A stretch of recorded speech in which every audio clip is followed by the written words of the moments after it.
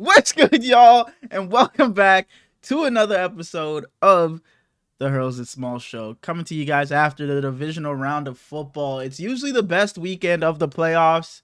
And it's looking like it's going to be that case again because we had some great games this weekend. 4 pretty good games. Can't complain about any of them, to be honest. But before we get to football. To say. I'm just like lagging a little bit. Before we get to football, Smalls, I know your weekend was tough and it ended a little better today, but how are you doing? I'm doing absolutely phenomenal. Fuck you mean. I love Lamar Jackson. He's my favorite player in the league, but this right here come first. And we did it, man. We only gonna have like 3 of them players again next year. We did it, man. We champions, man. bro. Hell yeah. We're champions. I'm doing pretty good though. How about yourself? I'm doing really good. I texted you when I was working. I said, I don't know. I'm just getting the feeling. I'm smelling a great episode today, and we're gonna make that happen. But yeah, I'm doing pretty good today. Cannot complain. You smell. That's exactly what I was thinking about when I texted you that. When I said I'm smelling a great podcast. I love to hear that though, dog, because you've been struggling a little bit lately. So yeah, today. Glad to see you back on top. Pretty decent day, and it's not like I did anything I just had a lot of fun today. Like it was the same old day. I just fucking woke up, hung around, went to work and shit. It was the same old day, but it was just better vibes today. Back on top, punching the clock. Shout out Cole. But before we get too far, make sure you guys go down and like, comment, subscribe, do all of that. I think we're up to 70 subscribers now. So if you guys tell a friend to tell a friend, leave a like, comment, and TikTok. Our 100 subscriber gets. Oh, go ahead. We're gonna talk about short form content in the small talk section, so don't go too far into that. I was gonna say head over to TikTok, but yeah, go ahead. You can head over to the TikTok. We'll get in more depth, but Hurls and Smalls TikTok and doing Twitter. Good. And Twitter, Hurls and Smalls on Twitter. Fuck it, we'll talk about it now. Short form content on TikTok. We were posting about every day, and apparently hashtags are bad for TikTok because we were getting like shadow banned where nothing was reaching an algorithm at all. So that older stuff that is still relevant, I'm posting to Twitter once a day. So if you're interested in those videos, go over to the Twitter. I think that they're interesting. I think that we did a solid job. We're doing better now, but it is what it is. When TikTok was banned, I wasn't really editing anything because it was like, I don't know where this is going to go. They're too long to go to the YouTube Shorts. You can go to Twitter alone, but Twitter's not going to help us that much. So I was a little bit down, but TikTok being back, we'll be back. We'll be better than ever. So yeah, I didn't want to, you said you want to say this for small talk, so I'll make it short. But then I texted you, I was like, the podcast is cooked because TikTok was banned and so was CapCut, and I was like, yeah, we're cooked. That was our last episode that we had done. So it would have been tough and a lot of adjusting, honestly, if TikTok did get banned. Not just because of the editing. Back? Yeah, it's back. But yeah, not just because of the editing, but yeah, like you said, the TikToks and just moving those 3-minute ones or however long they were to YouTube would have just been a pain in the ass because you were telling me earlier that you were struggling to cut them down to a minute. So yeah. But I don't remember what I was about to say though. I was gonna say something and he fell out of. Anyways, we can move on.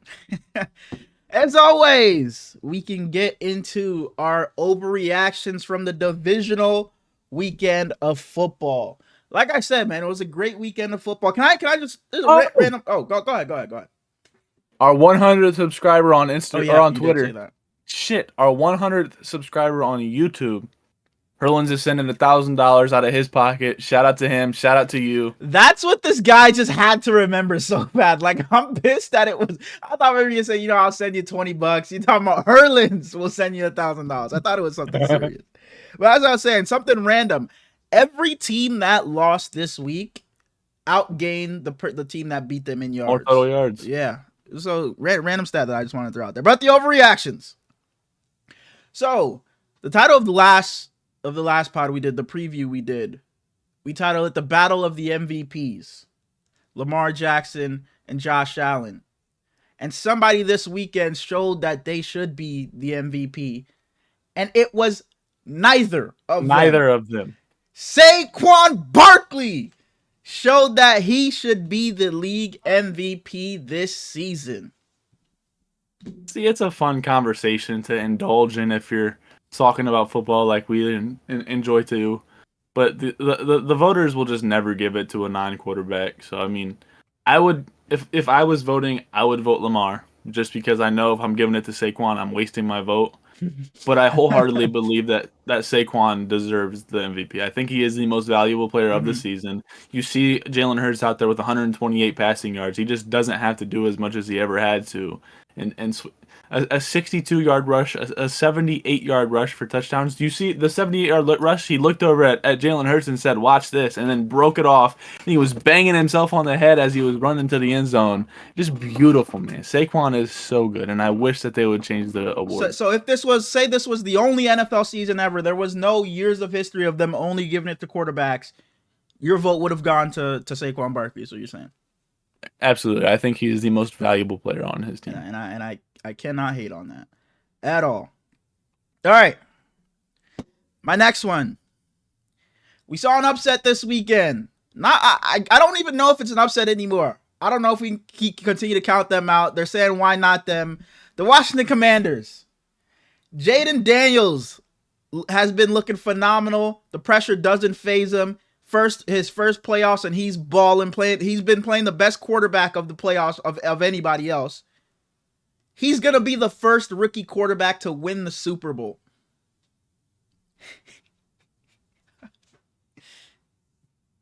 I don't know. I don't know. I And think I that can't say no anymore. Like no, I can't tell you absolutely the not. answer to this because I can't. They've shown that they can be anybody. Anybody. Jayden Daniels will stand tall and go toe to toe with anybody. But sorry, continue. I think that they beat the Eagles. If you ask me right now who I'm picking, I probably pick the Washington Commanders to make the Super Bowl, which is absolutely insane to say out loud. Mm-hmm.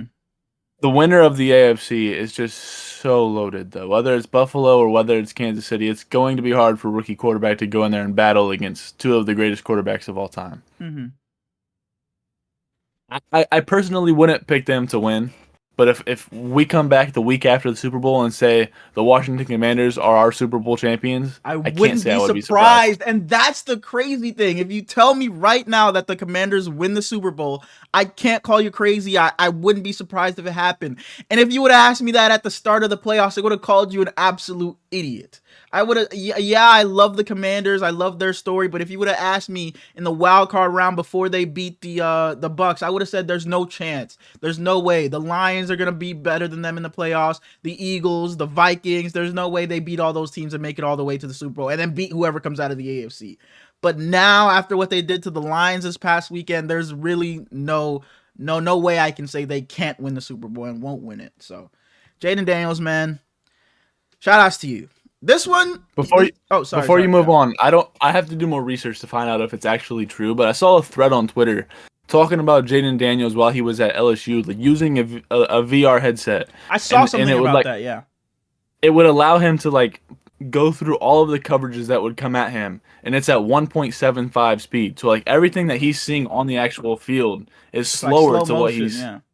And eh, commentators always use that term. It's like the game's coming at him in slow motion. Like it's not the game's not moving too fast for him. And for you to say that, like he was using that at 1.75 speed, it literally is slowed down for him in real time. And again, I only saw this one thread, and that guy could have been talking out of his ass. So I don't know Yeah. if it was true. I'm going to do a little bit more research, but Mhm. if it is, then I think a lot of more quarterbacks will end up using it. Okay. Because damn, he's good. My Didn't last click one, kind of a two-parter. The Lions, they lost this weekend. They're probably losing both their coordinators. They already lost Ben Johnson. I'm sure we'll get into that later. Probably going to lose Aaron Glenn as well. So who knows what their coordinator is going to look like next season. You obviously have Dan Camelback as your coach. But the Lions... Dan, who? You What, just slaughtered his name. did I not say Dan Campbell? What did I say? No, you did. It just came out funny. Oh, Sorry. sorry. The Lions will not be back to the NFC Championship with this current iteration of their roster, and the Lions have a Jared Goff problem. My pops called me before this game happened, and he was like, I think Detroit kills Washington. I don't know what happens in the Eagles-Rams game. I was like, Dad, I think that the Detroit Lions are the best overall team in football, but the whole team is centered around if Jared Goff can keep them in the game and can carry them to this win. If he's bad, they lose. Mm-hmm. And he comes out and he ends up shitting the bed a little bit, and they lose this game. I can't say they have a Jared Goff problem because he was very good this year. I don't know if they can win a Super Bowl with him, but I don't think this is the last iteration of this team. I think Jahmyr Gibbs and Amon-Ra and Sam Laporta is probably their core. That offensive line is top 2 in the league with them and the Eagles. It's hard to say they'll lose a whole lot. Defense, you'll have Brian Branch, you'll have Aiden Hutchinson. With those two alone, you're going to be at least competitive. Mm-hmm. And I think that Dan Campbell has that culture instilled to whatever he wants to build over there, and whatever the coordinators become. He is intelligent Dan enough. Campbell next year. It's gonna be a big season for him. Losing your two coordinators, two hot commodities. We're really gonna see what Dan Campbell's about because we know he can build that culture. The team loves him. The guys love him. But now we're really gonna see what he's about. Maybe if he has to delve more into being an X's and O's guys, not so much being about just the culture. We'll really see what this team looks like without those top two coordinators. Was it the coordinators orchestrating the entire team, or did Dan Campbell play a big part in this? So we'll see a lot next season. It's gonna be a big season for him. Because you know who else had a great chemistry before he got fired? That dog over there in Vegas. Antonio Pierce had them fired up when he first got that job. And we see he wasn't the guy. Absolutely. All right. That's all I got for overreactions this week. We can get into... Oh, no. I was going to say we can get into the review, but we'll get into the review of the... Let's recap my bold predictions from last week. And all that. Yep. My first one, I said that the Sunday Night Football, the Ravens and the Bills... Sorry, before you get into this, I'm so tired of you posting the bold predictions, and then after the game happens, people want to go back to the you making the bold prediction and just making fun of you about, because now it just looks like some bullshit. I hate it so much. But sorry, I just wanted to say that in your defense a bit. It don't bother me. It's numbers for us. It helps us get into the algorithm going forward. It's not like it actually just upsets me. It's just like, it's just I know. fucking, it just doesn't make any sense. Like, shut the fuck up. Just shut up. But keep doing it because it helps us. I said the Ravens and Bills would combine for 350 rushing yards, and you were on my ass. You called me a brain dead idiot, pretty much. I did not. Holy shit. And they combined for 321, so I was close. And then I said that C.J. Stroud, whether they win or lose, would have an absolute masterclass. Not a masterclass, but I thought he was fine. He looked good, but when you have about a quarter of a second to throw the ball, it's tough to do anything. And George Karlaftis was in that backfield all day. Like it was his home. Yeah. Fantasy 4-man, you single-handedly decided to bring this into the postseason. We'll see. I whooped your ass last week. Absolutely dominated you. It was like you didn't even draft the team. I beat you so bad. And now this week you beat me at every position. Hell yeah, dude! Can we run through the numbers? Can we talk about it? Lamar and Josh Allen both had exactly 19-1. Brian Robinson had 19.7. Saquon had 39.2. Nico Collins had 13.1. Amon-Ra had 21.7. Tyler Higbee had 18.4, and Travis Kelce had 24.7. Playoff Kelce. So my team played well, but we just couldn't get it done. I didn't even add it up because you literally beat me at every position. Except quarterback, we tied. We decided to bring this in. All right. Nope. Now we can get into our week. Not week anything. Our divisional round review, starting off with the Saturday games. The Texans. That's how you did it. Reviewing week 20 of the NFL season. Absolutely not. Absolutely not. But like I said, I think last episode, the Texans always have the 4:30 game on the Saturdays, and that's where they were this time around. And they ended up losing to the Kansas City Chiefs 23-14. The Chiefs, some people are mad at the call, some people, mad at the refs and all that, mad at Patrick Mahomes. But the Chiefs were going to win this game regardless. I'm not too upset about those plays, but the Chiefs move on to the AFC Championship game. Oh, bullshit. It sounds like you're upset about those calls. Absolutely. Every time they need, it's not even the amount of calls. It's just when they happen, dog. I do think they were not bad calls, but I don't think they determine the outcome of this game. This game specifically. Now that the Chiefs get a lot of calls for sure, but I think in this game specifically, I don't think that's the reason why the Texans, should. It's not the sole reason, but it definitely helped. They had 6 points with 2 field goals from roughing the passer, helmet to helmet, or whatever you want to call them. Just bullshit ass calls. But then the Texans also missed 2 field goals. They missed the PAT. You texted me, Kyrie Fairburn was on some bullshit. They started off the game giving up that 65-yard return or whatever, and they got players pushing their coordinators and shit, throwing the helmets, and so the Texans, yes, they got a little screwed, I guess, on some calls, but I don't think the calls really played that huge of a factor when they also did beat themselves, I think. I just think it's hard to say that. If you're calling calls, call them both ways. I just think that for sure. And when we talked about this earlier with Josh Allen and Patrick Mahomes, how they bait defenders into getting it's disgusting, and they should be flagged for it. Patrick Mahomes loves to do the fake slide. He's slow, like he did this past weekend, slowing down before he goes out of bounds, so the guy and he flops, so the guy gets called for a penalty. But thank goodness they didn't call that one. So. But yeah, we have talked about it. So yeah, I think the NFL does have to do something about that, but I don't think that affected the outcome in this game. But it was bad calls. I do agree. But as far as the game goes, go ahead. I think that calls are bad when the entire opposing team is talking about them. D'Amico Ryan says that he knew it was going to happen before they even started the game. CJ talked about them. Will Anderson said we knew it was going to be us versus the refs going into this game. When you have so many star players on the opposite side, it's okay, what are we really doing here? Because they're all going to get fined. It makes you wonder, is that how the whole league thinks about the Chiefs? All of the players just thinking that? And it's how long do the players have to say this before Roger Goodell does something or looks into this, or I don't know. It's weird for all players to be, like you said, even D'Amico Ryans, the head coach, saying we knew what to expect when we were going in there. We knew. You said Will Anderson said we knew it was us versus them and the refs. So I don't know. Yeah, it's weird.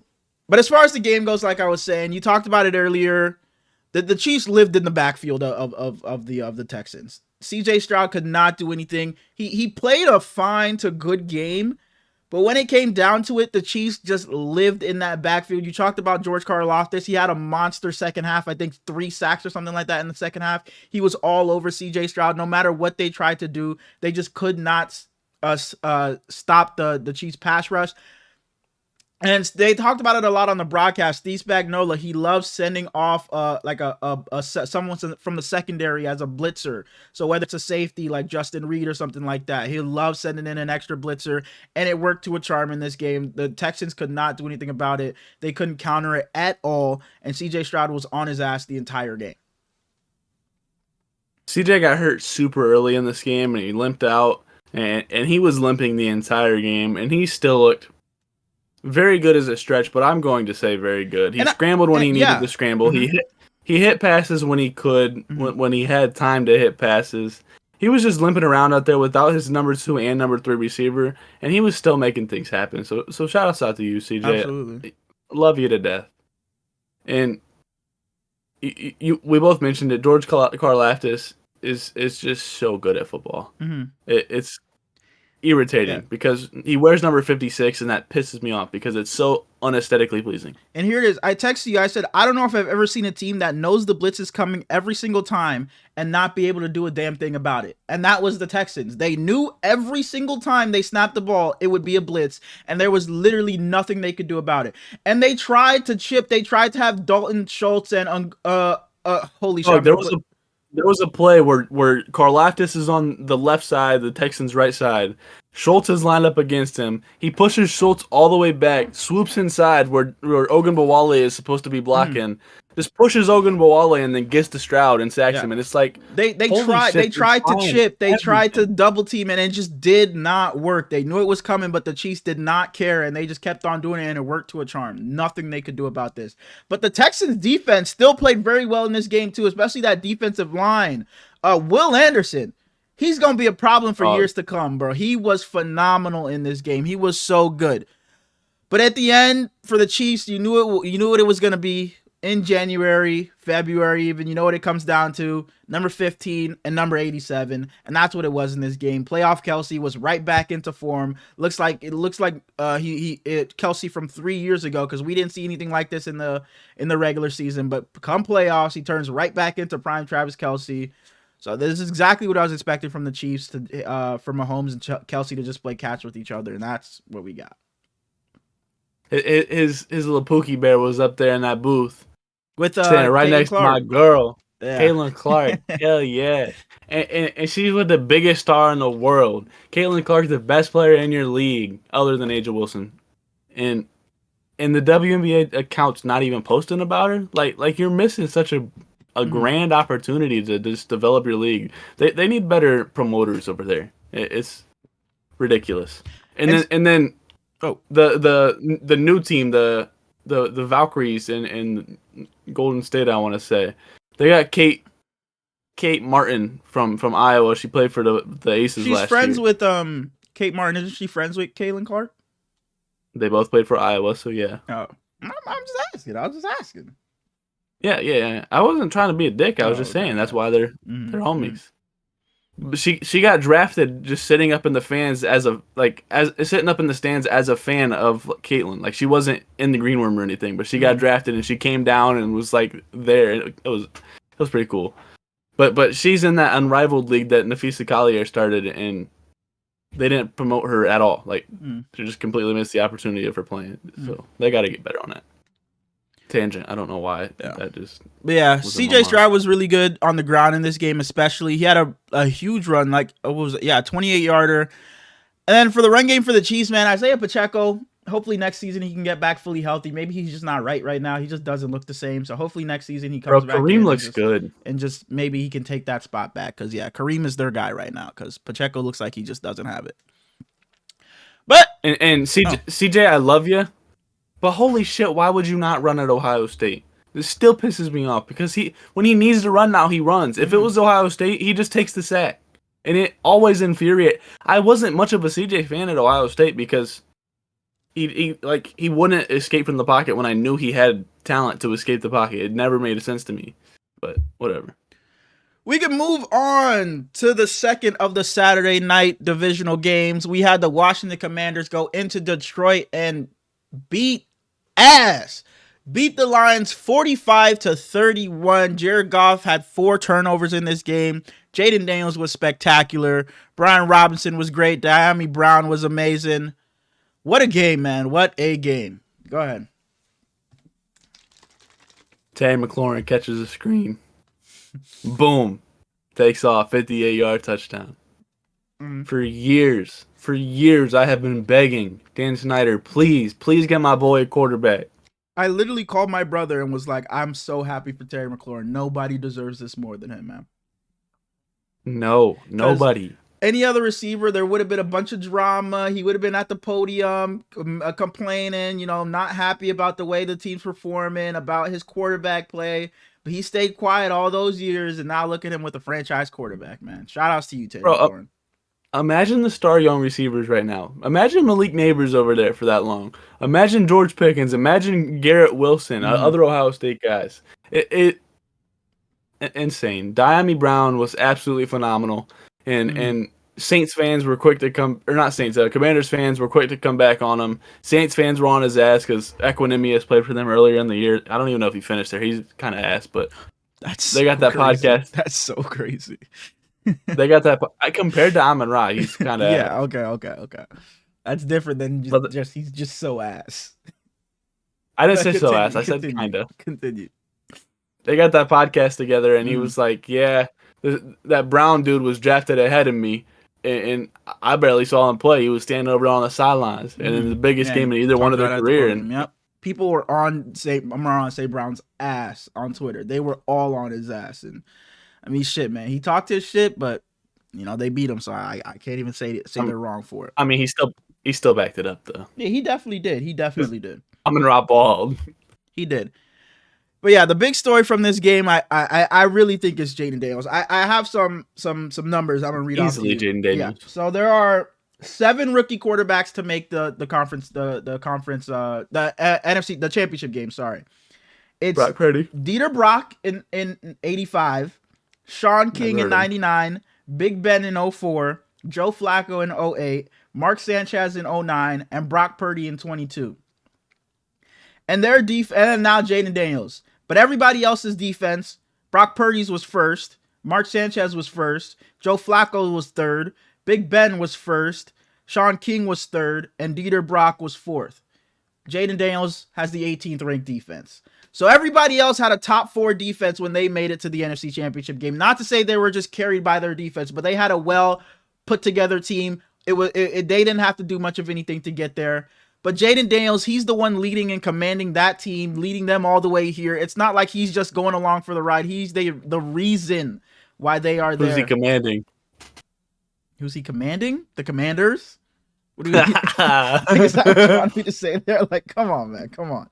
But yeah, man, Jayden's been elite, and I have some more stats. I said earlier that he was the number 1 quarterback this postseason. His passing rating is first. Touchdown to interception ratio is first. Passing yards per game is first. Yards per pass is first, and completion percentage is second. Man, he has been phenomenal. We talked about it earlier. He's just standing in the face of pressure. They tried to blitz, send a free rusher off the edge so many times. Either he was getting the ball out quick or he was just running away from the defender. They talked about it fast. with Brian Branch blitzing off the edge. He just ran away from Brian Branch, and it didn't even matter. He is way too fast. If you try to blitz him, send a free rusher at him, he's just gonna run away from him. He made plays with his legs, with his arm. He could really do no wrong in this game. He made so many beautiful passes. That pass to Diami Brown when he was on like a corner, a post. Right and side. He just, man, what a beautiful pass. What a beautiful pass.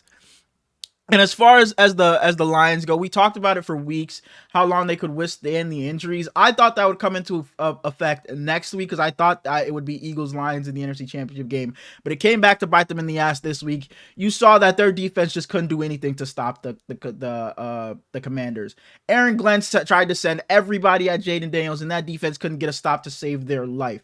Couldn't do anything. Then they had, who was it? Robertson break his arm. Did you see the play of that, the aftermath where his arm was laying there and you could tell it was broken? It was gross. That's so sad, dude. Yeah. He's so good. But yeah, it really was a story of their defense in this game, just not being able to do anything to stop the Commanders. And as far as the offense goes, we know what the issue was there. Jared Goff just turned the ball over way too much in this game. He picked up the worst day to have his worst day. He picked the absolute worst. Yeah, he had that 4 turnover game earlier in the season, but now you have another one in the divisional round, so you're one and done. The entire NFC North division doesn't win a playoff game when the 3 teams that made the playoffs had 40 wins this season, and none of them won a playoff game. This is just terrible. Jared Goff is the only quarterback this season to have 2 games of 4 or more turnovers. I said in the overreactions that the Lions have a Jared Goff problem. I don't think they do have a problem. I think they could win with him. Obviously, you'd want... Not that you would want somebody else, but he's not the ideal option. But I think they can get it done with him if they have their players healthy and, their defense isn't getting gashed the way it did on Saturday. And the overarching story from this game is just Jayden Daniels and how terrific he played. So before this game even starts, hours beforehand, a clip goes a little viral of a dude walking out onto the field. I'm a swerve in that corner. Whoa. Mm-hmm. Uh-huh. LiAngelo Ball performing in the divisional round of a playoff game is crazy. Nutty, dog. Insane. Nutty. Insane. Lions fans were absolutely peeved because Max Crosby picked the Commanders to win this game. He was the only one on his little... I love game day morning so much. I love it. Last episode, I said on Kay Adams' show, Luke Kuechly went up there and said that the Lions struggle... Don't drool. Luke Kuechly went up there and said that the Lions struggle with... The only things they have struggled with all season has been mobile quarterbacks, and we saw this issue. Yeah. But the Commanders, you're some evil human beings. We had such a beautiful Disney movie unfolding in our own hands. And they had to go and ruin Teddy Bridgewater's story, man. Oh my goodness. Yes, Jared Goff got knocked out of the game because when he threw that pick six, he had got killed. Got killed. So Teddy comes in. I'm listening to the game at work, and I hear Teddy Bridgewater's in that quarterback. I'm like, oh shit, it's over. But Jared Goff ends up coming back. But I'm like, and we talked about this weeks ago. Teddy, it's the you talked about the perfect Disney story, so it was really coming to life. But then Jared Goff came back in, so and they ended up scoring. They ran some trick play there and ended up scoring when Teddy Williams came in for that possession. So yeah, I mean, disappointing end to the Lions season for you to win 15 games in the regular season and not win a game in the playoffs. It definitely sucks, but I think they'll be back. You know, it'll be tougher next year, yeah, because you're losing both your coordinators. But I think they'll be okay. They still got the roster. You try to get their roster there. I think they'll be fine. I love me a team that isn't afraid to go for it on fourth down. 4th and 1, 4th and 2, 4th and 3. And it's the fact that they failed the first one when they had Marcus Mariota come in. And it's not like you ran the play, somebody dropped it, a bad pass. They look like a fucking dumbass because Marcus Mariota couldn't even. They looked like they wanted Mariota to pitch it back to Brian Robinson and he would throw it to Jayden Daniels. So. But Mariota comes in, he goes under center, takes the snap, and can't even pitch it because the defensive line just got pressured immediately. So he just falls on his ass and the play's over. So for the play to go that wrong when you go for it on 4th down to start the game, and you say, fuck that, we're still going to do it the rest of the game, balls to the wall. I love what I saw from Dan Quinn. And I know Joe has been wishing for the Commanders to just risk it and go for it a lot more. So Dan Quinn heard you and he did it. And a fun fact, Jayden Daniels is the only quarterback left that has played on the road. All 3 of the other quarterbacks have only played at home. So, and he's the only one that's played on the road. So who knows? Maybe that comes into effect later down the stretch. Another fun NFC fact: Championship game or the Super Bowl. The road teams this playoffs are 2-8. Damn. So and it's only they Jayden. Have both wins. It's only Jayden. Shout outs to Jayden Daniels, man. Anything else? I told my pops after this game that I highly disliked Tom Brady earlier in the season. He's already one of my favorite coordinators. I'm so glad you said that. I'm so glad you said that because you've been asking me so much about Brady. I'm like, I wasn't really paying attention or I didn't have sound on for this game. Obviously, I had sound on for this game. I thought Tom Brady was so good. I thought he was so good in this game. He was masterful, bro. He was so good. It was a joy listening to Tom Brady in this game. I forget what happened in the game, but he had a point where he did some like evil laugh. His chuckle is just hilarious. I love Tom when he's just talking about something. He just gives off a chuckle, man. I loved listening to Brady in this game. He was great. He had 2 plays in this game where I thought he was just brilliant. The one where they tossed it to David Montgomery, and he did that little shuffle play to Amon-Ra. Tom Brady just lost it. He thought it was the greatest play of all time. He was like, I've never seen something like that. Yes. Man. And then the 4th and 2, Commanders have the ball. They're going for it. And he keeps saying, they better call timeout. They got 12 on the field. They better call timeout. They got 12 on the field. And I'm like, Tom, why the fuck do you want them to... I'm thinking he's telling the Commanders to call a timeout because the play clock was running out. Whole time he's talking about the defense has 12 men on the field. Because I'm looking at the play clock. I'm like, oh, Brady's telling the Commanders to call a timeout. But then it comes back and he's like, man, they had 12 on the field. Should have called a timeout. And I was like, holy shit. Like, I never even... Bro, Tom Brady was so good, bro. He was so and Kevin Burkhardt was like, you noticed that 10 minutes ago and nobody in Detroit said anything. And then they panned to the DC, or not the DC, but someone on that coaching staff, and he was screaming, trying to coordinate people to get off and get on, and he was like, nobody's going to hear you, though, with 70,000 fans screaming. Last thing I want to say about this is, we'll see if you can guess who this quote was. In my opinion, he's had the best rookie year of all time. I don't root for many other teams, but I'm rooting for my boy. I'm rooting for the Commanders. Malik Neighbors. Was it? Because wasn't he? He was at the game, wasn't he? Or was it? It might have been the wild card. Yeah. Okay. Him and BTJ were there because they all went to LSU. Was it Brandon Ayuk? I know Brandon Ayuk is Jayden Daniels' guy. Quarterback, my guy. You're CJ Stroud. CJ Stroud. I saw. I didn't watch it, but I saw the clip on Twitter. Yeah. I love CJ, man. And Brady had another good thing where it was like the noise. He was like, Detroit is usually such a great crowd, but the way because they're running such up tempo. Brady was like, because they're moving it so quick, the crowd can't get into the game. The crowd can't make as much noise. It's not going to affect them because the Commanders don't really huddle. They just have the play ready. Like it's kind of, I forget what he called the huddle, but they don't get into a full huddle where they're breaking down the play for 20 seconds. It's a 5-second thing, then they're on the line. And Brady talked about that the crowd can't get into it. So that was just some nice insight, bro. Tom Brady was so good. I'm so glad you brought that. He also said something about usually the Lions in such a big, like, not even the Lions, but like the away team or maybe the home team, one of the two. They usually, maybe it wasn't. I forget. But he said something. It was like, with such a big crowd and such a big environment, the defense usually calls 2 plays, and then they let the team know what they're going to do. So it's hard to adjust out at such a like with such little time to do so. Yeah, he was phenomenal, man. He was so absolutely phenomenal. So good, man. Shout outs to you, Brady. And we talked about Greg Olsen and Kevin Burkhardt being the duo. We were upset that they got rid of them. If Tom Brady's gonna start calling like this, bro, Greg Olsen, I'm sorry. I love you. I'll still listen to you, but man, I guess Brady fucking deserved that job, man. I meant to mention it during the Chiefs game. I saw a picture, or I saw a tweet, and it said, "Is that Kirk Cousins on ESPN right now?" And then they took a picture of him sitting on ESPN. And it was like, this motherfucker retired already, and he's just sitting on there commentating and shit like Matt Ryan is. I see. It's so weird seeing players like they're still active, but they're on like. Fred Warner was on like NFL Countdown, and it's just weird seeing them in a suit and tie. Yeah, to breaking down the game. It's like your ass should be fucking playing, man. Fuck. But moving on. I like seeing him talk about it though. Yeah. Max Crosby was like, "Yeah, I trust Tom Brady to figure out this team and put us in the right direction." Yeah. But moving on to the Los Angeles Rams losing to the Philadelphia Eagles 28-22. Man, we saw some snow in this game towards the second half of this game. And actually, in the second quarter, we saw some snow. But this game, the deciding factor in this game, we talked about him being the MVP. Saquon Barkley's just so fucking good, man. He had a 60-some yard run, and then 62 and then had a 78. It was so reminiscent of what he did to the Rams earlier this year already. But coming into this, let's go back. Coming into this game, they showed Jared Verse walking around the stadium, enticing the crowd, embracing all the boos. Jalen Carter walks up to him. They talk about putting like game checks on the line or some shit like that. Man, Jared Verse was like, nah. Jared Verse, they lost.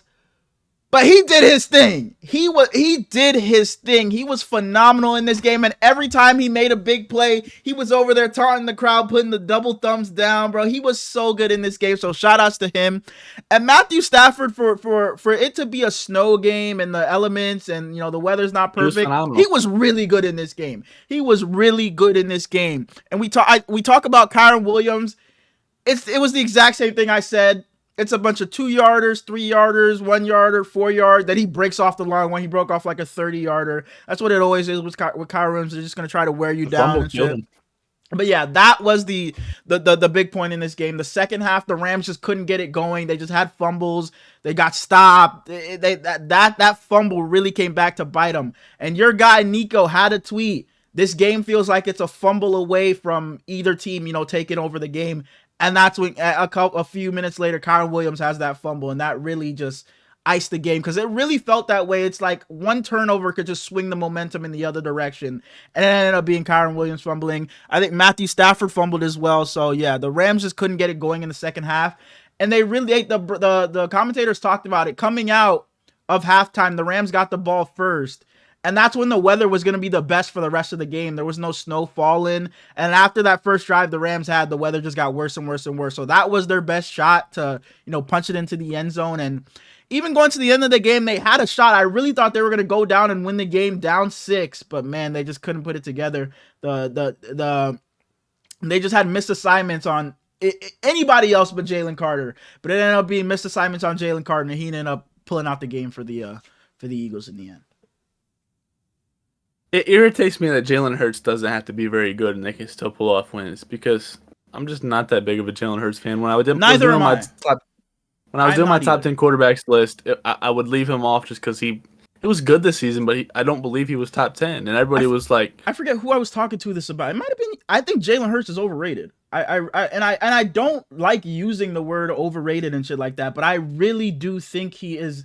I just don't, not that he's not good. I just think he's talked about in this elite level when exactly. I just don't think he's there yet. I just don't, not that he can never be there.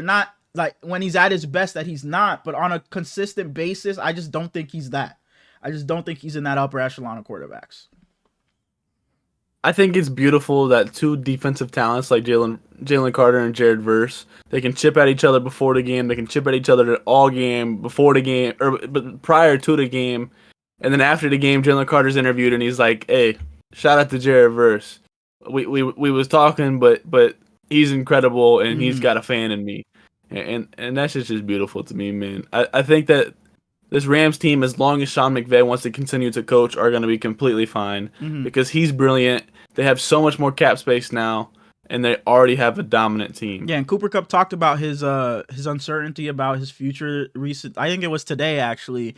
He said he knows he's going to be playing next season, but he said he's uncertain whether it's going to be with the Rams. Not because he doesn't want to be there, but anything happens in the NFL. They already talked about blowing it up, prior to the deadline. Then they rattled off like 3 wins in a row or something. So he talked about that earlier today. So yeah. But yeah, I expect the Rams to be fine next year if they have McVay and Matthew Stafford, because we talked about it on any given week. Matthew Stafford could look like a top 5 quarterback in the NFL. For him to play as good as he did in the elements on Saturday, it was a great game from him. I didn't see them Coop talk about that, but I saw Stafford get interviewed, and they were like, "You got more football left in you?" And he said, "I think so." So I think he does too. I think he has another year or two.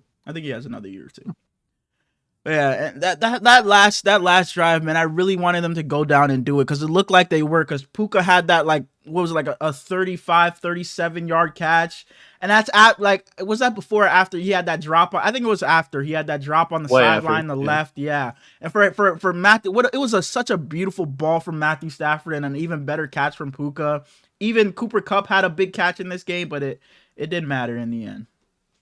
It sucked. I ended up going back and seeing it, but they were down 15 with like 3.5 minutes left, and I ran to town to get a pizza. Oh yeah, before you told me. Yeah, that would happen. Yeah. And I get a text. I'm standing there waiting for my pizza to come out. It's just, damn, Puka's so good. Good. He hasn't been done much this game, but that was an unbelievable catch or something like that. And I looked at it, I was like, damn. I really hope they don't come back because I'll feel like a jackass. So somebody comes up to you, yo, Brady, where were you when Matthew Stafford pulled off this upset? I was waiting in line for my pizza, didn't even see it, bro. Because I was watching that game, literally sitting here by myself, going crazy after that catch. Because I was like, holy shit, the Rams are actually about to upset the Eagles in the snow, in the Eagles' home. I was like, holy shit, it's gonna happen.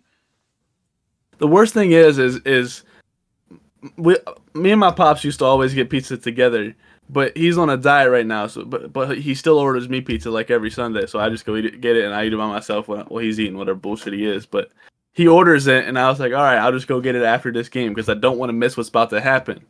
He's like, no, you should go now, get gas before all the snow starts coming and it gets too cold. And I was like, I just want to finish this game, and then I'll go get the pizza. It's literally a 2-minute drive from our house. Yeah, it's like, got it at any time. Yeah.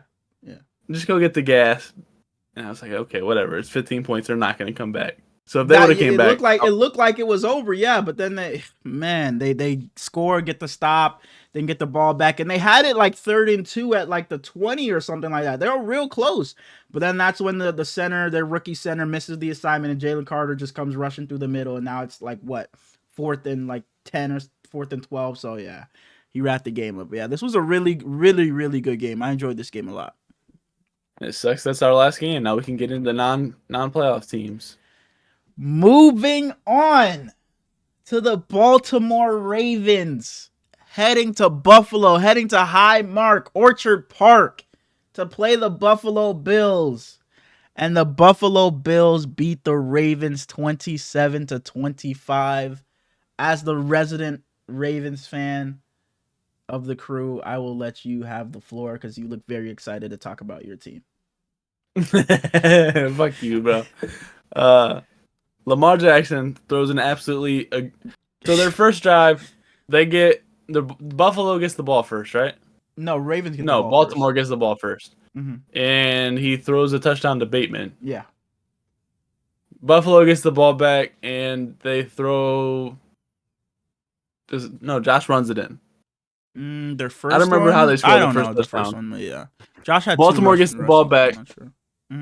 and Lamar heaves it down. He sees Rashad Bateman beat his man, throws it to Rashad Bateman. Bateman then cuts out, so it just looks like Lamar Jackson bumped his head on something because it was a terrible throw right to the Bills guy. Bills get the ball back, and they go down and score. Whatever, one possession game. No, they didn't score on that one. They did not score on the interception. Didn't score. Still a tied game. Lamar Jackson snaps over his head. Tyler Linderbaum is one of the best centers in the National Football League. Everybody has a bad snap.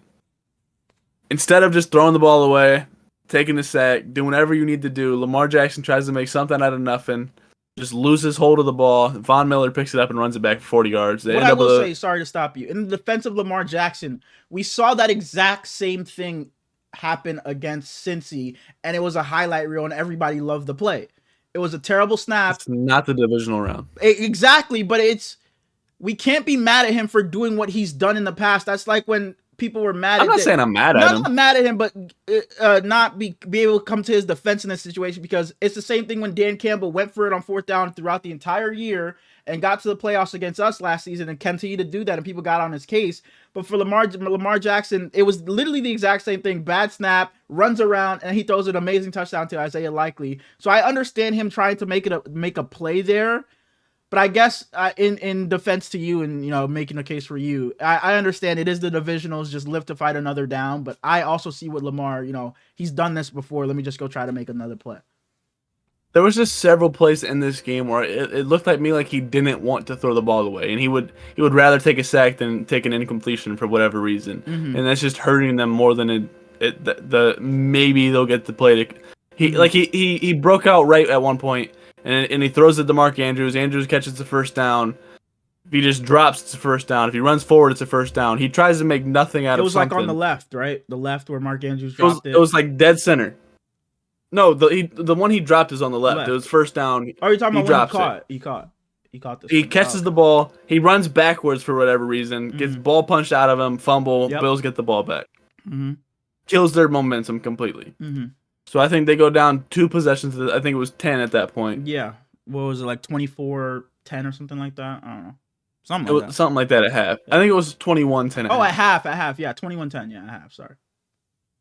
And then Baltimore gets some momentum going in the second half. Derrick Henry finally gets it going in the second half, yeah. Derrick Henry barely got the ball for whatever reason. Justice Hill was phenomenal in this game. So good. There was a point where he had like 3 rushes for like 31 yards. He was so good. I mean, what did he finish with? 6 for 50. Way like too much. He was so good in this game. So good. Not to discredit him at all because he looked good, but why does Derrick Henry not have more touches? Yeah. And what I will say, the play calling was just weird in this game too. For what you guys did just a week ago against Pittsburgh, there were 0 design Lamar runs in this game. Anytime Lamar ran, it's because the play broke down or something. But just going back to last week against the Steelers, you guys, they lived on that. And they killed the Steelers from the get-go. But for you to come into this game and just not do any of that is just weird. I think it comes down to a little bit of the thing we've been talking about the last several weeks. I don't understand why coordinators are taking interviews right now. Todd Monken is trying to get a head coaching job. He's not completely focused on this game, and Lions fans are pissed with Ben Johnson. Yeah, they are. Yeah, I've seen. What is he supposed to do? He's trying to move up in his career. There's nothing he can do. It's just Mark Andrews fumbles. Doesn't matter too much. The Ravens go down. Score a touchdown, 27-25. You got to go for 2 to tie it and send it to overtime. Probably the perfect play call in that situation, other than just giving it to the best power back in the league. They've run that a few times, so that play. Lamar does throw it a little low, but it hits him right here. So it's that I've seen people say it was a bad. Not that you said it, but I've seen people say it was a bad pass by Lamar. Anybody knows that knows football knows if you have someone breaking out and if there's no corner glued to him and you don't want to throw it back inside because obviously you get picked. But a play like that for Mark Andrews, especially since he's a tight end, he's a bigger guy. You throw it back inside so he's not having to make some spectacular tiptoe at the sideline. You throw it back to turn him back inside so you know he's 2 feet. But if say that wasn't in the end zone, you turn him back inside so he could cut it upfield. So he's just not going straight out of bounds. So Lamar puts it back inside to turn Mark Andrews around, so it's an easier catch for him. So he doesn't have to toe tap fucking swag like AB or something and try to keep his feet in. His feet are in, and he just has to drop in, and he's in for the touchdown. So I came to Lamar's defense with that throw. I thought it was a great ball by Lamar to turn Mark Andrews back inside. It was a great throw.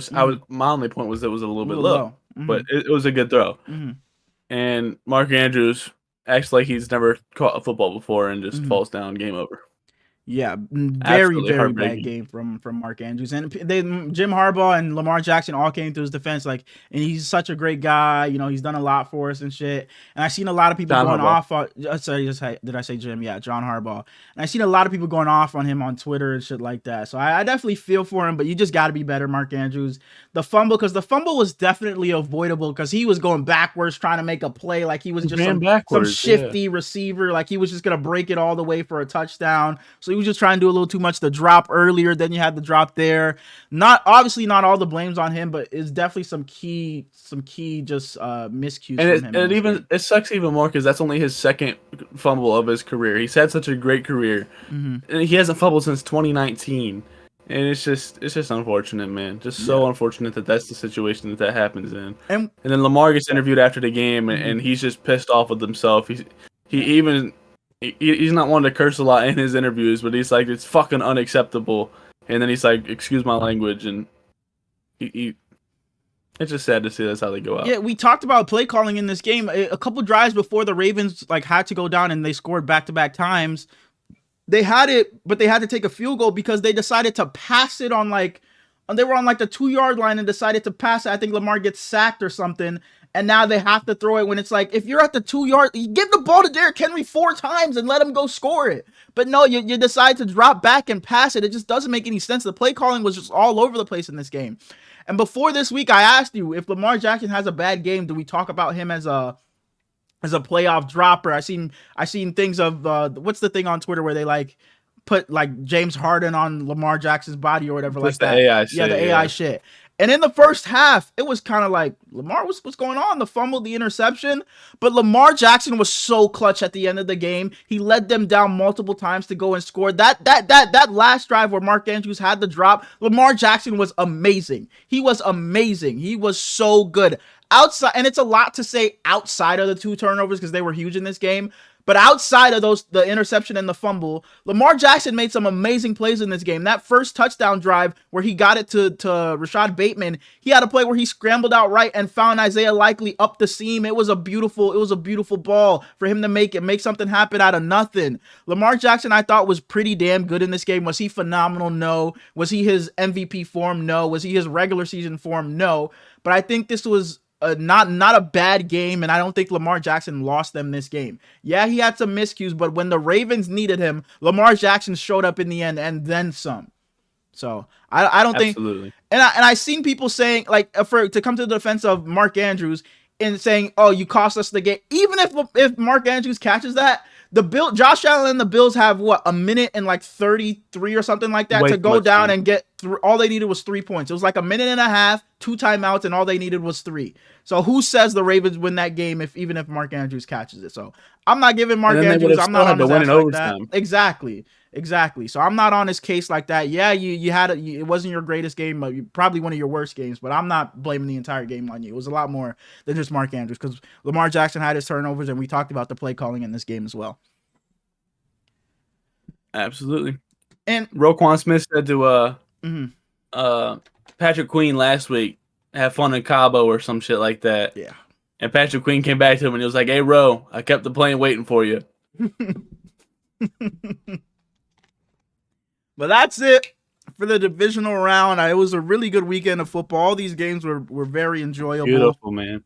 The divisional round is just always good because the conference championship games are those are the best 4 teams, but it's only 2 games. With the divisionals, it's 8 teams. They're all pretty good, and you get 4 games, so it's just more enjoyable than the others. But yeah, I know you had something else you wanted to get to besides the games themselves, so go ahead. I mean, I guess so. It was just not really. It was just a little bit of like Ben Johnson got Oh, signed. sorry. Yeah. It was just like non-playoff Sorry. teams we Yeah. could talk about a little bit. The Colts hire Lou Anarumo, the Bengals ex-defensive coordinator, and I think that'll be a big signing for them. Shane Steichen already showed that he has a above-average offensive mind, and I think Lou Anarumo is a good defensive mind. So maybe that helps the Colts because their defense wasn't great this year.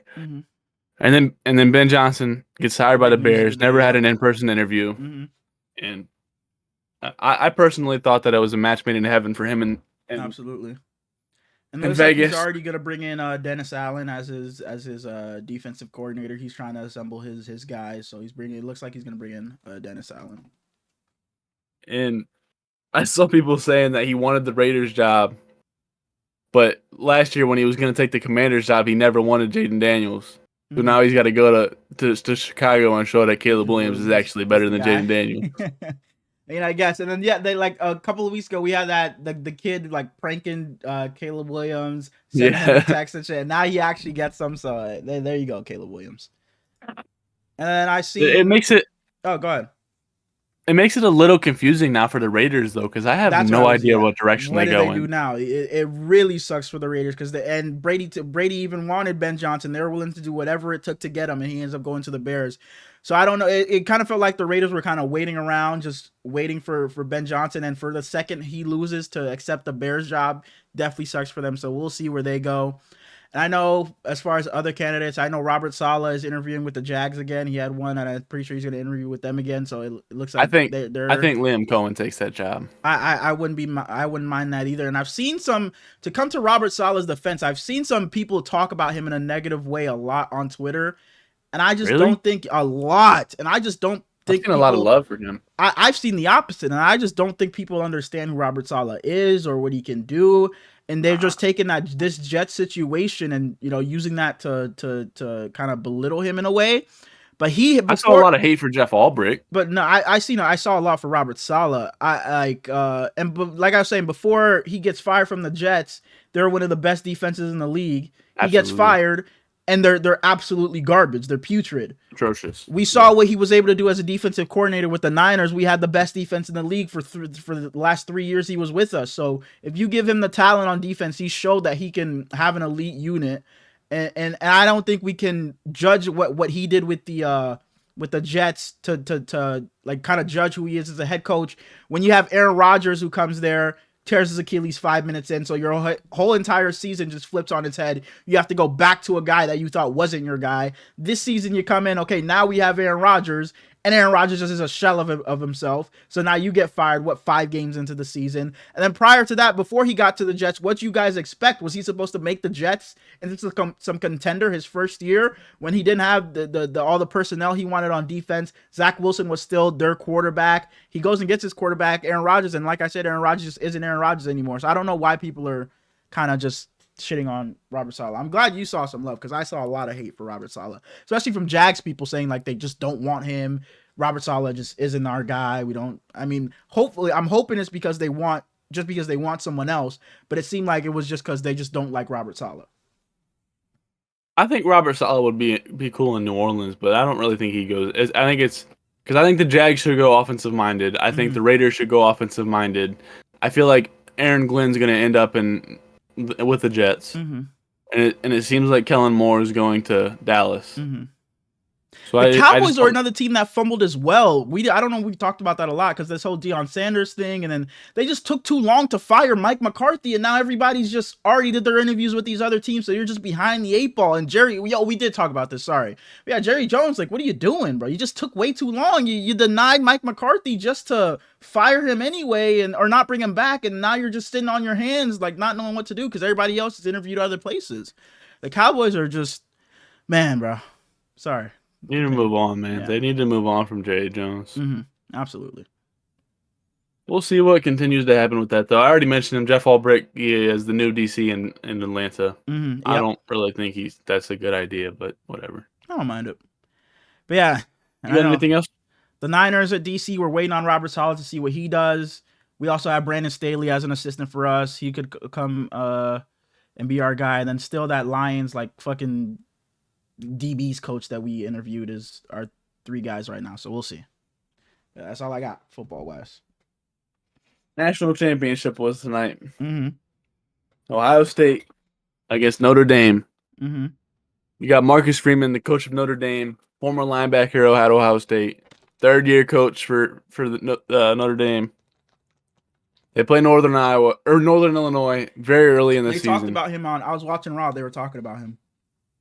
He's a big wrestling guy, and he had a son of a wrestler on his team. I forget his name. Laurinaitis. What's the guy's first name? James Laurinaitis is. Yeah. James Laurinaitis is a legendary player. I don't know. Yeah, he was the son of a son. He's on the team right now. I don't know. Oh, okay. But they were talking about it when I was watching Raw. Michael Cole was talking about it. Sorry to cut you off. Continue. Riley Leonard transfers from Duke to Notre Dame. And that first drive that Notre Dame... Did you watch any of this game? Yeah, Dark had sent me a snap asking me, what are your thoughts of the game right now? And that because I was watching the beginning of this game, especially, then I had to check out. I wasn't even like locked into Raw either. And I was telling he asked me what my thoughts were of this game. And I was like, Riley Leonard and my Fighting Irish had a great opening drive, and Riley Leonard punches it in. And then I also said, but then Ohio State just answered right back and went down and scored. And then that's when I kind of tuned out of the game. Riley Leonard was great on that first drive. He had himself a good overall game. Jayden Greathouse is very good at football. He's their number 1 receiver. And then Jeremiah Love is supposed to be their star running back, and he just barely touched the ball. He was struggling with a knee injury. I heard them say that he had in the first half, he had 3 carries for 1 yard or something, they said. Yeah, he didn't touch the ball much. And before the game started, they were like, yeah, he says this is the healthiest he's been all playoffs, so you should see a good load of him. And then you literally don't see him at all. Ohio State, they've gotten a lot of hate all season because their team is worth $20 million. And for a college team, that's incredibly insane. Mm-hmm. Will Howard, he proved that he is for this moment. He's for this level. I don't think he's going to really be a whole lot at the NFL level, but if he proves me wrong, that'd be awesome. Jeremiah Smith is already the best in the country. There's probably already NFL GMs salivating over him because he's going to be better than Marvin Harrison. And Marvin Harrison was like this freak guy that everybody should want. Mm-hmm. Quinshon Judkins had 3 touchdowns. He'll be an NFL player next year. I saw him score the first touchdown. So yeah. Him and Travion Henderson duo for a college level, nasty. Mm-hmm. Travion also be in the NFL. You got Emeka Egbuka, my favorite player on the team. I absolutely adore him. As soon as he gets drafted, I will buy that jersey, no matter where he goes. Even if he ends up in John nasty Lynch, you know what to do. San Francisco. You know what to do, John Lynch. I would do it. Ryan Day got lucky. That's what I wanted to ask you. I know you weren't a Ryan Day guy, but now he's a national champion, so what do you got to say? He was going to be fired. He's can't beat Michigan, but he wins the national championship. It doesn't make any sense, but whatever. He's not going anywhere now. You can't fire a national championship winning coach. And Jack Sawyer loves him. The players love him. He's a good guy. He just wasn't able to beat Michigan. That's the main thing at Ohio State. So this team is not even close to the Miami U team. When you look back and it's like they had 47 players drafted. We're not going to be to that level, but there are going to be so many players from this team in the NFL. You got Sonny Styles, who's like a less intelligent Kyle Hamilton. They're both phenomenal. You got Caleb Downs, who's the best safety in football. You got Lathan Ransom, who's an absolute dog. Every receiver over there, both running backs, the offensive line's good. Jack Sawyer and JT Tuimoloau will both be in the NFL. I really wish you would tap more into college football, dog. Ohio State did it. Ohio State did it. That's all that matters. National championship. My Buckeyes, they're gonna do it again next year. I'm watching this game and I'm hype, of course, but I can say it feels a little less deserving that it was a 12-team playoff. And I've been rooting for a 12-team playoff forever, but it's just gonna be something to get used to. Winning the first one just doesn't seem as right, if that makes any sense. We can move on. Yep. What are we at? Is this going to be like our shortest episode ever? It's pretty short. My time says an hour 10, but I started a little bit before we started actually recording, so we'll see. Before we get into small talk, I gotta do it.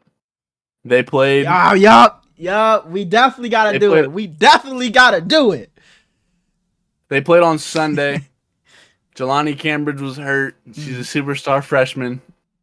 So my girl Madison Green starts in place of her. They play against Penn State, and unfortunately, they lose their first game of the season. She didn't really do much. She had 3 turnovers, 4 fouls. She had a couple points, but overall, just need you to be a little bit better, Madison. But I love you. What did you send me? That's why I was hype about you bringing her up. What did you send me over the weekend? But I love you, Madison. Keep hooping. And we can get into small talk. Okay, so it's just fun. Okay. We'll get into small talk. Okay, just fuck that. I mentioned it a little bit earlier, the TikTok ban and how I was confused on what we were going to do going forward. If you're at this point in the show, you got to love us. Just go give us a little bit of love. Help us get the Twitter going. Give us some retweets. If we don't really need help getting the YouTube going or getting the TikTok going, to be honest, it's just gonna have to do its own thing. And if I'm not saying to go out of your way to see a short, but if you see a short in your recommendation, just click on it for us and leave us a comment. You don't even gotta watch the whole thing. Just see what it's about. Leave us a comment, and we'll love you forever. And Darko, I know you commented back and said you didn't know, but for you to say that we're cutting too much down in the shorts, you pissed me off because it took me forever to get that down to less than a minute because that's like a 3.5 minute recording. And I didn't know what. Like, you can just go watch the full thing on TikTok and just fucking, you don't even gotta watch the thing on the shorts. Just fucking like Twitter, it and move on. Like, it's on. It's not like that was the only place to see it. Like, you probably already saw it on TikTok. So why does it matter if it was shorter on? Did you want to watch it again on a different platform to see? Not too much though. Not too much. We appreciate you anyway though. Yeah. And I felt terrible because I've been playing Fortnite pretty heavy lately. Not pretty heavy, but more than I've played any other game. And me and Darko were playing ranked duos, just us two, and I was god awful. And he joined because it was me, him, Joe, Plug, and Ant. Me, Ant, and Plug were playing, and then him and Joe joined. And my power went out and shit, so I came back and they had gotten on Marvel Rivals. So I was just playing Fortnite there by myself, and everyone else left, and Darko just got on with me. And I think that when I get tired, I get much worse at whatever game I'm playing. And I was terrible, dog. I know from the Call of Duty days. From the Call of Duty. I popped my melatonin 3 hours ago, and y'all still got me on this game. Yeah. That's just like a drug, dog. You take that. We still never found your way below KC though, because he was just a different level. Absolutely, I still never found my way below second place. There are literal screenshots. I think it's still pinned in Mike's Discord of me literally being above you. On an average, I was better than you. That's different. Yeah, you were. I'm not disputing that. You were. Okay, that's all that matters. Okay. On a typical night, when we were playing, you average out the games. We're about even. Now that I think about it, we were about even. It was like Kai was our superstar. You know, sometimes, bro, Kai would piss me off. Towards the end, he got weak. Towards the end of our run, Kai definitely, and he thinks I'm trolling when I say this, like I'm just trying to get a reaction out of him, but I mean this. Towards the end of us playing, Kai got bad. It was you were at the fucking top of the leaderboard now, Kai at the fucking bottom and shit. Kai got bad towards the end. Yeah, right, Casey. Yeah, but yeah, Kai got bad towards the end. He definitely did.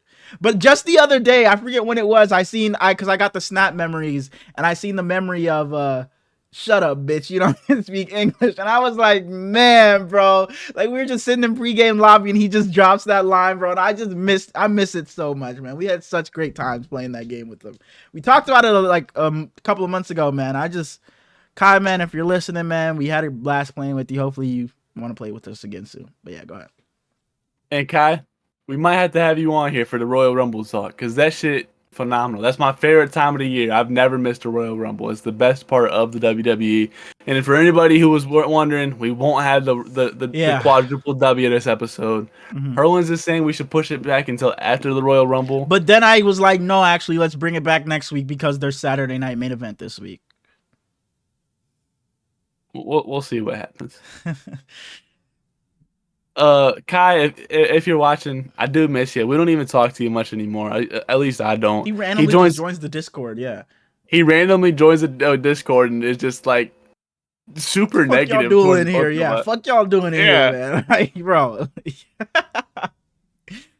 he'll go into your stream and you know what he about to say. His Yeah. 4 letters, Yeah. 4 messages. Yeah. Yeah. So Kai, W man, E I hope you're A doing well. A. Hope you're doing well. Just a couple things before we get out of here. You know, we're not super deep into this, so we can talk Mm-hmm. for a little bit. Mm-hmm. Last winter, I had a thing where my heart was all messed up, and like if I stood up too fast and I hadn't eaten much, I would Get lightheaded. not even lightheaded, like I would lose my vision to just go white, and I would Mm-hmm. like fall down. And my parents were freaked out about it, and my boss lady, she saw me do it one time, and like my heart was pounding so much I couldn't control it. And she was like, "Hey Brady, you're going home. You should probably go get yourself checked out." And she calls my mom because I got the job because she had worked with my mom originally, and they were homies.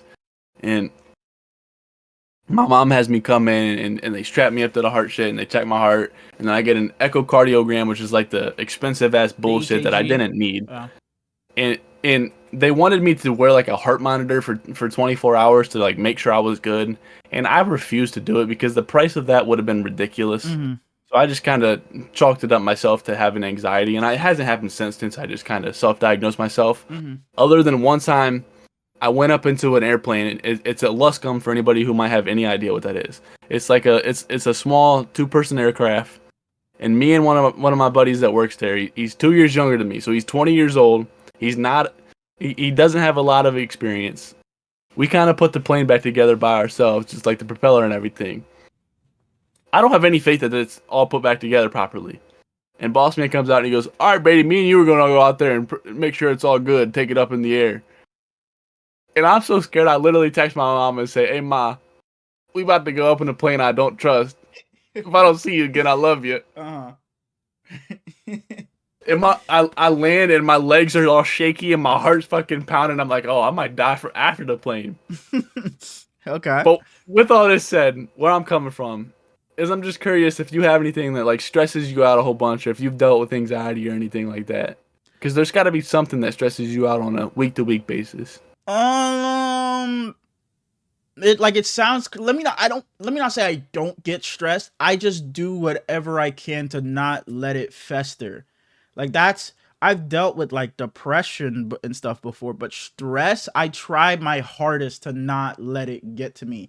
Like I've always lived, even when I like, let me not say when I'm young, because obviously when you're a kid, shit don't matter. But like high school days, like I've always told myself I will just not let anything that I can't control affect my mood. Like if I can't control it, what am I gonna be, stressing about it for? Because there's nothing. I can't change it. I can't do anything to change it.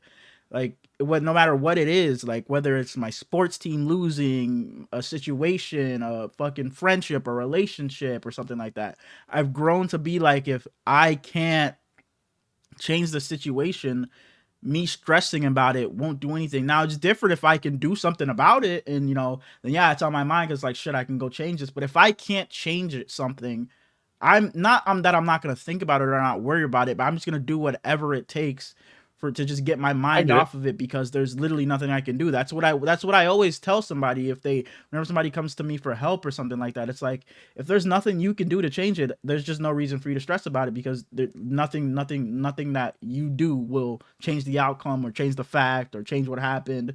So that's I like because like yeah. So let me not say I don't get stressed. Like there definitely are times, like let's say like money wise or something like that. It's like fuck, I got my car note coming up, I got insurance coming up, I got a Wi-Fi bill to pay for, I got shit I just need to buy. It's like fuck, man, I'm tight on money this month, I'm tight on money this week. I can't wait for the check to hit on Friday because I really need it. So like if I'm ever stressed, it's not like a week long thing. It's like in the moment, for that 1 second I think about it, it's like, oh shit, yeah, I got to get this done. I got to figure out a way to pay this, do that. But then afterwards, it's like I just try and just move on. So similar wavelength then. I don't know if you ever read it or watched the movie, the Divergent series. Yeah, They I have like a have. test. You watched or read? I watched it, like Divergent, Allegiance. What's the The other one? movies are I don't okay. remember. Insurgent, Insurgent. Yeah. but the books is my. I think the book is my favorite book series of all time. My favorite character in the books wasn't even a character in the movie, so I was always pissed off about that. But they take a test in there, and it like tells you your biggest fears and shit. And it always didn't make sense to me how 4 only had 4 fears. Mm-hmm. So with that said, and thinking about like the question, what is your deepest fear, always makes me think of Coach Carter because he asked Timo Cruz over and over again. You got one? Um, my biggest fear. It have to be just. It have to just be financial. Just it like I just don't want to have to go through financial struggles when I'm older. Like I just want to be, not even that I'm fucking filthy rich. I just want to know that I just don't want to. Like my biggest fear is I'm fucking 30, and I fucking can't even like what's the word, like I can't be self-sufficient. Like I can't take care of Yeah. myself. Like I would need somebody else to help me, live my life, or help me own a place, or have my car, or put food on the table. So I guess that's my biggest fear, is just not being financially sufficient. I don't know the word, but like I said, I try not to stress. I think about the future at all either. So it's like I don't know. So that's probably is my biggest fear, because I don't have like I don't because I'm not gonna say like a fear like I'm fucking scared of fucking spiders or some shit. Like I try to make Yeah. it. Let me not say fear, but I've always like death is one thing. It's like bro, it's scary. It's scary. So yeah, I guess it is a fear. It's kind of scary in a way, because it's Yes, like that's fair. it's I don't know just if you ever like watched The the Sidemen, but uncertainty. Josh and The Sidemen is like a terrifying fear of death. Like if Yeah, he's just scared of it. yeah. It's just like crazy to think about. It's like life just moves on. Like Yeah. life just like we see people die and hear about people dying all the time, but it's like when you think about it for yourself, it's like, yeah, I'm gonna die this, say I die fucking tomorrow, for that day people may be sad, my funeral people may be sad, but in 5 years it's gonna be life is normal, and not even then, in a week's time from my death, it'll be life is normal for everybody else. It'll just life just continues to go, which is just so weird and crazy to think about, that time continues even after I'm gone. You would think it's like, okay, I die, it's like the world is fucking over, nothing else is happening anymore, but it's like life just continues without you. So that I Yep. guess that would be my biggest fear, is death. I already mentioned it. I've always tried to think it since I've watched Coach Carter. Coach Carter is probably my second favorite movie of all time, and the I don't even know who it's originally from, but our deepest fear is not that we are inadequate. Our deepest fear is that we are powerful beyond measure. It is our light, not our darkness, that frightens us. And he just goes on and on. At some point, I'm gonna get a full arm sleeve on my left arm, and that quote will find a way to be on there somehow. I don't know how you put the whole thing on there, so I don't know exactly what it's gonna be. Maybe it's just something to reference it, but Mm-hmm. it's a beautiful. Have you seen Coach Carter? Mm-mm. Mm-mm. Damn, Mm-mm. that might just have to be the next movie we watch. Okay. And But then you asked me, no, what is your biggest fear? I'm getting into that. Oh, I'm okay, getting to okay. that. MGK has a song. I know a lot of people don't like him. I love MGK. And he has a song, and towards the end of it, he goes, my biggest fear is dying alone, and what does he say? Dying alone and not leaving anything behind is my biggest fear, and it kind of hits home just because that's probably is my. I don't know about my biggest fear, but it's scary. Mm-hmm. Not having anyone with there with you at the end, Mm-hmm. and kind of knowing you lived for nothing. Yeah. It's terrifying. That's not my, it's not a fear, but that I was literally thinking about that today, because it being MLK Day, and I was like, man, he really fucking like changed the world. Like it was a lot of other people, but he really like is the reason why I'm fucking a free, part of the reason why I'm a free person today, why I get to live like a normal person today, and the rest of my, everybody else of color. But I was thinking about that. It's like I just want to have a life to where it's like by the end of my time, even if I'm not remembered fucking worldwide like he is, I'm not in history books, but it's like I just want to make some type of impact on the world. So I guess that would kind of change my answer. It's like death without, like you said, without I didn't have a purpose, or let me not say a purpose, because I think everyone has a purpose, but like without making an impact on as many other people as I can, like just Something. Yeah. improving the world in some way. Because I say it every day, the world is a terrible place. So even if I And can I change it 0.01%, make it a better place, like just dying without having an impact on the world. I love when I see people that have already made an impact continue to like try to do more.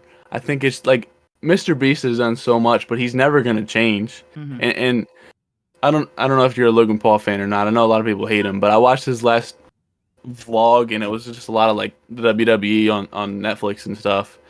And he said on there that he wants to make an impact on the world, not just like a ripple in time, but something that like stands forever. Mm-hmm. And it's crazy to hear someone say that who's done so much, and yet Yeah. he still doesn't think he's done Enough. anything. Yeah. Yeah, it's just kind of cool to me. Mm-hmm. Last thing before we get out of here, I have a poster above me at all times of Mac Miller. Has there ever been a celebrity to pass away that like hit you at all? Like I know Kobe did a lot of That's people. what I was gonna say. It have to be Kobe. I've never attached myself to somebody enough to where I was like their death had me. Because for Kobe, it was like I wasn't even just a like a huge Kobe fan, but it was just like holy shit, that was just so out of nowhere. Because I remember just laying in bed and my brother is at work and he was like, because my brother got called by somebody else, by his friend, and he called my brother and he was like, yo, Kobe died, and my brother was like, Kobe who? And then my brother called me and he was telling me Kobe died, and I was like, what the fuck? Like it was just so like, not to say like obviously no one's immortal, but if it's like if you would have thought if there was anybody in the world you could pick that you say they're immortal, it would be Kobe. And it's so crazy to say, but it's like you would have just never thought the words like Kobe Bryant passes away, even if it was Kobe Bryant passes away at the age of fucking 98. It would have been crazy. It would have just been weird. But for the way it happened, for how young he was, I guess that's the one. But it's not. Even then, it's not like it had me down in the dumps. So I would say no. There was no celebrity death that had me just all messed up, because I just haven't attached myself to any celebrity or anybody like that, public figure that just has hurt me so crazily that they passed away. That makes sense. I've always tried not to, but in like my freshman sophomore year of high school, I went through depression pretty hard, and I listened to a lot of XXXTentacion, and listening to him kind of helped me get back through to who I really am. And when he died, it was like, holy shit, I don't really know what to do, and that fucked me up pretty good. But Mm-hmm. I love Mac, but I didn't really do much to me, and I love Kobe, but like you said, I wasn't I a huge wasn't a Kobe Kobe. fan. It's not that I wasn't a fan. It's like I know people who are diehard. It's like I'm not even a Laker fan. I'm just a Kobe guy. So, but that wasn't me. Like I loved him. Like I love what he did. Love watching him. But I just wasn't a Kobe like just fanatic like Yeah, others. exactly. Yeah. It's not like he's D Wade. D Wade passing would probably fuck me up pretty good, but Yeah. I I don't. don't even know about now, but Mm, probably after his playing career. I just don't That's- know if there's anybody. Now that I think about it, you asked me the fear. I don't know. My fear would probably be just me just wasting, not getting everything I can out of myself, just making sure I live life with no regrets. Because I always, when somebody asks me like, "What's your biggest regret?" Like I never like I never know if I have one, because like I try to just live to where I just don't have, like I just try to not regret anything I do. It's like if I made this decision, it's like I just have to live with it. So I just try to not allow myself to regret it in a way. So I guess it's just It's hard though, man. exactly. It's just, I'm trying to live without, like just fulfilling what I know I can, my potential, and just die. So I guess it adds on to death, but it's like dying without, not even like just changing the world, but just for myself, just dying without fulfilling all I can do and my potential, and going through every avenue, making sure I checked off every box, making sure I did everything I could. So I guess that would be my answer. But yeah, Cool. all I right, think that this podcast has helped me a little bit with that, kind of becoming the better version of me. absolutely. I texted you after our first one, because I know you were like, not that it was just because you were never been on like camera or anything like that, just regularly. So I texted you after our first round. I remember telling you like you were actually pretty good. Like I don't think you were bad at all. But now going back to it and like looking at what you are today and from the first one, it's like it's such a difference. But I didn't even think you were bad during the first one. Then to see it now, it definitely is. Because not that I was like shit, I don't know if Smalls is gonna be able to do this, but I was kind of not worried. But it was like I wonder how Smalls is gonna be when we start this. Like because it was such an out of nowhere thing. Because we had talked about it for a couple of months before doing it, but it was always jokingly, yeah, Yeah. we're starting up this fucking podcast and shit. But then I 'Cause we remember, would joke about it, and yeah, then other people would be like, "What's y'all's when name is it gonna starting? be?" Yeah, when is it starting? When is it? We were making jokes, but people I guess took it kind of serious in a way. And I remember texting you maybe like 3 days before we dropped the first one. I was like, all right, we're recording Tuesday this time. Be ready. Have your season predictions. And then I remember thinking to myself, it's like, man, is Small is gonna be like be able to break out of his shell, be able to be on camera and not be like awkward or shy or nervous. And like I said, I texted you right after or the day after we filmed and then the our first one dropped that you did a really good job and I was proud. And now going back and seeing you now, it's such a difference. So yeah, it definitely did. It definitely did help you. And we still got so much room to grow, dude. We're only gonna get better. It's just cool. I can't wait to look back on like these episodes and be like, damn, we sucked then. Because I think we're doing pretty good now. Absolutely, absolutely. We can get out of here though, unless you have anything else to say. That's it. That's all I got.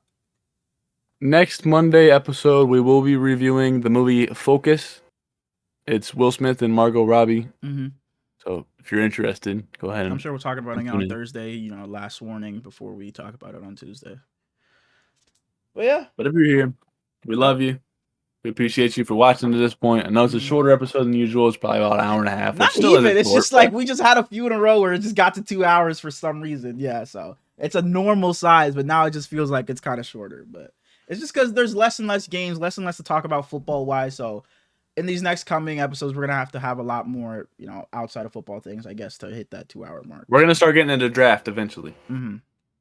But yeah, we appreciate you guys watching. Go down, like, comment, subscribe. You have to have liked it if you watched up to this far. So go ahead and do that. We'll see you guys on Friday. Friday.